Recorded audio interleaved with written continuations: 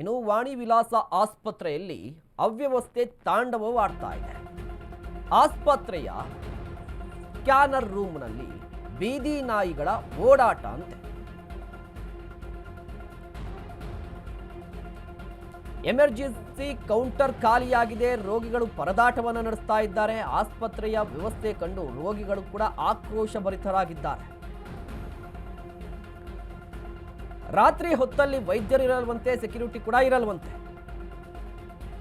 ವೈದ್ಯರು ಸಿಗದೆ ರಾತ್ರಿ ಹೊತ್ತಲ್ಲಿ ರೋಗಿಗಳು ಪರದಾಟವನ್ನು ನಡೆಸ್ತಾರೆ. ಅಧಿಕಾರಿಗಳಿಗೆ ತಿಳಿಸಿದ್ರು ಯಾವುದೇ ಪ್ರಯೋಜನ ಇಲ್ಲ. ಆಸ್ಪತ್ರೆಯಲ್ಲಿನ ಅವ್ಯವಸ್ಥೆ ವಿಡಿಯೋ ಮಾಡಿ ಆಕ್ರೋಶವನ್ನು ಹೊರಹಾಕಿದ್ದಾರೆ.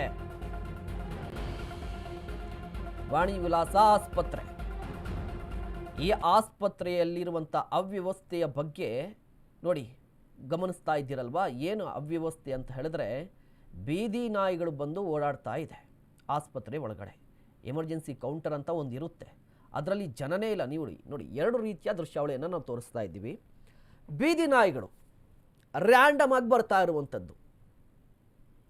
ಮತ್ತೊಂದು ಕಡೆ ಆಸ್ಪತ್ರೆ ಸಿಬ್ಬಂದಿ ಇದ್ದಾರೆ, ಬಟ್ ನಿದ್ದೆ ಮಾಡ್ತಾ ಇದ್ದಾರೆ ನೈಟಲ್ಲಿ. ಇದು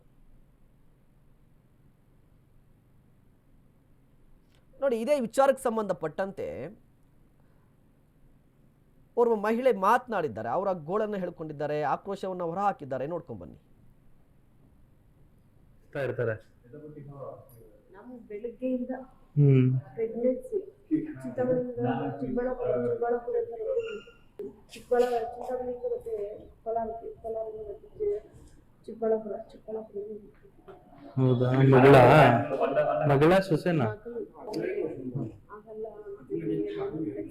ಹೇಳ್ತಾ ಇದ್ದಾರಾ?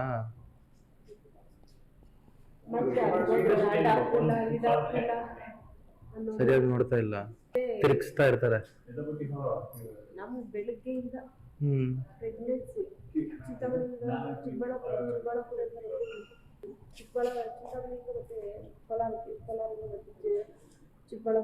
ಮತ್ತೆ ಹೌದಾ? ಮಗಳ ಸೊಸೆನಾ ಹೇಳ್ತಾ ಇದ್ದಾರಾ?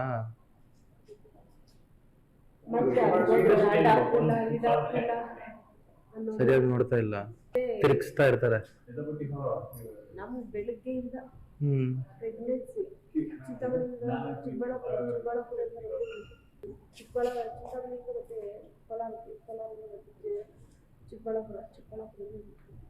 ಹೌದಾ? ಮಗಳ ಸೊಸೆನಾ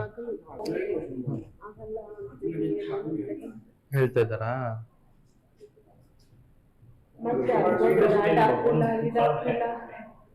ಸರಿಯಾಗಿ ನೋಡ್ತಾ ಇಲ್ಲ, ತಿರುಗಿಸ್ತಾ ಇರ್ತಾರೆ. ನಮ್ಮ ಬೆಳಗ್ಗೆಯಿಂದ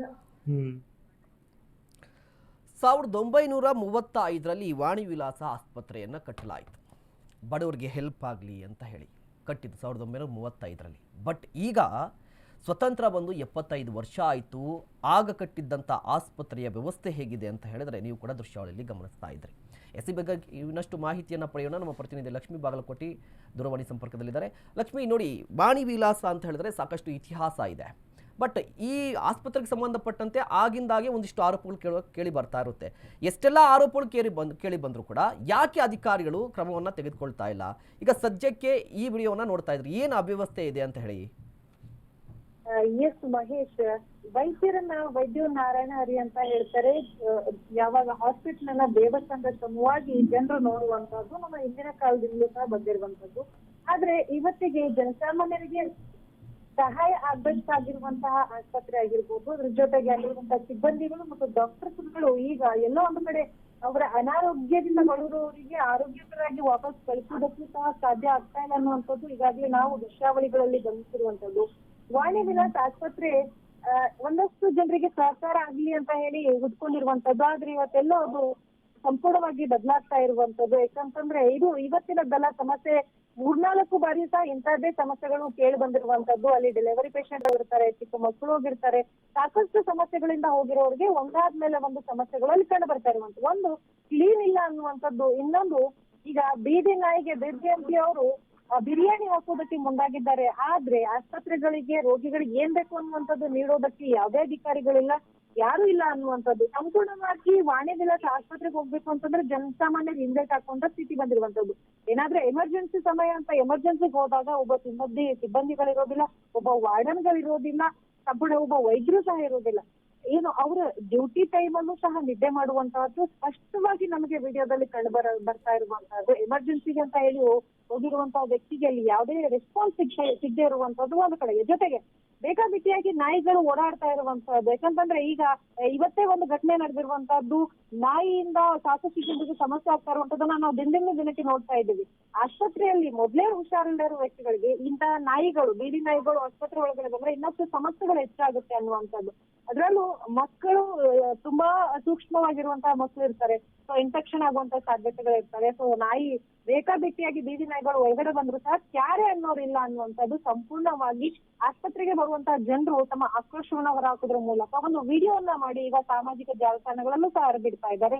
ಸಿಬ್ಬಂದಿಗಳಿಗೆ ಅಧಿಕಾರಿಗಳಿಗೆ ಮಾಹಿತಿ ತಿಳಿಸಿದ್ರು ಸಹ ಡೋಂಟ್ ಕೇರ್ ಅನ್ನುವಂಥದ್ದು ಕಂಡು ಬರ್ತಾ ಇರುವಂತದ್ದು. ಯಾವುದೇ ಪ್ರತಿಕ್ರಿಯೆ ಸಹ ನೀಡ್ತಾ ಇಲ್ಲ. ಹಾಗಿದ್ದಾಗ ಯಾಕೆ ಇಂತಹ ಆಸ್ಪತ್ರೆಗಳು ಬೇಕು ಅನ್ನುವಂತಹ ಪ್ರಶ್ನೆ ಮೂಡಿರುವಂತದ್ದು. ಧನ್ಯವಾದ ಲಕ್ಷ್ಮಿ ತಮ್ಮೆಲ್ಲ ಡೀಟೇಲ್ಸ್ಗಾಗಿ.